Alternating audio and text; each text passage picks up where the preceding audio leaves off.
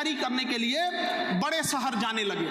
तो कोई आज जा रहा है, कोई कल जा रहा है, तो हम लोग उसे स्टेशन पे छोड़ने आते थे और कहते थे भाई जीवन में कामयाब होना, जब कामयाब हो जाओगे तो हमें भूलना नहीं, क्योंकि हम तो गांव में रह गए, हम कहाँ आगे जा पाएंगे, हमारे घर में इतना पैसा नहीं है कि हम भी जाके दूसरे जगह पढ़ सके।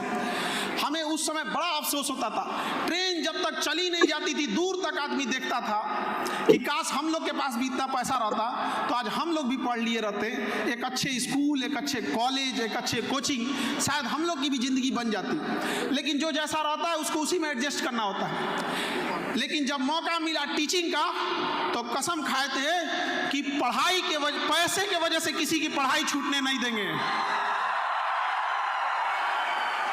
आज कश्मीर से कन्याकुमारी तक जो कोचिंग की फीस में जो लूट मची हुई थी, अभी उन लोग का दिवाली ऑफर, होली ऑफर ये खत्म नहीं होता है, 70% डिस्काउंट चलने लगा है।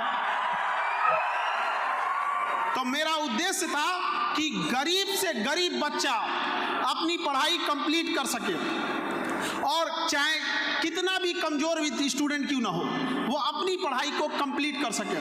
आज क्लास में चाहे कहीं पे भी हो, उसको ये उम्मीद रहता है कि हमको अगर समझ में नहीं आ रहा है तो सर समझा देंगे। देखिए, सबसे बेहतर ढंग से आपको कोई समझा सकता है तो आपके दोस्त, क्योंकि उस तकलीफ को वो झेल रहे होते हैं। लेकिन तुम लोग दोस्त बनाता हो खाली इधर उधर करने वाला से।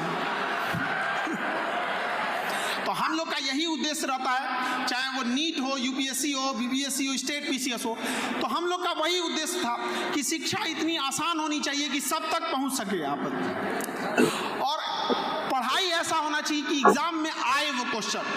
हम लोग ने अभी एक एग्जाम हुआ था बिहार में, पीसीएस का एग्जाम वहाँ पे, उसमें हम लोग इतना मन से पढ़ाए कि पूरा क्वेश्चन आ गया, तो हम लोग के ऊपर केस हो गया।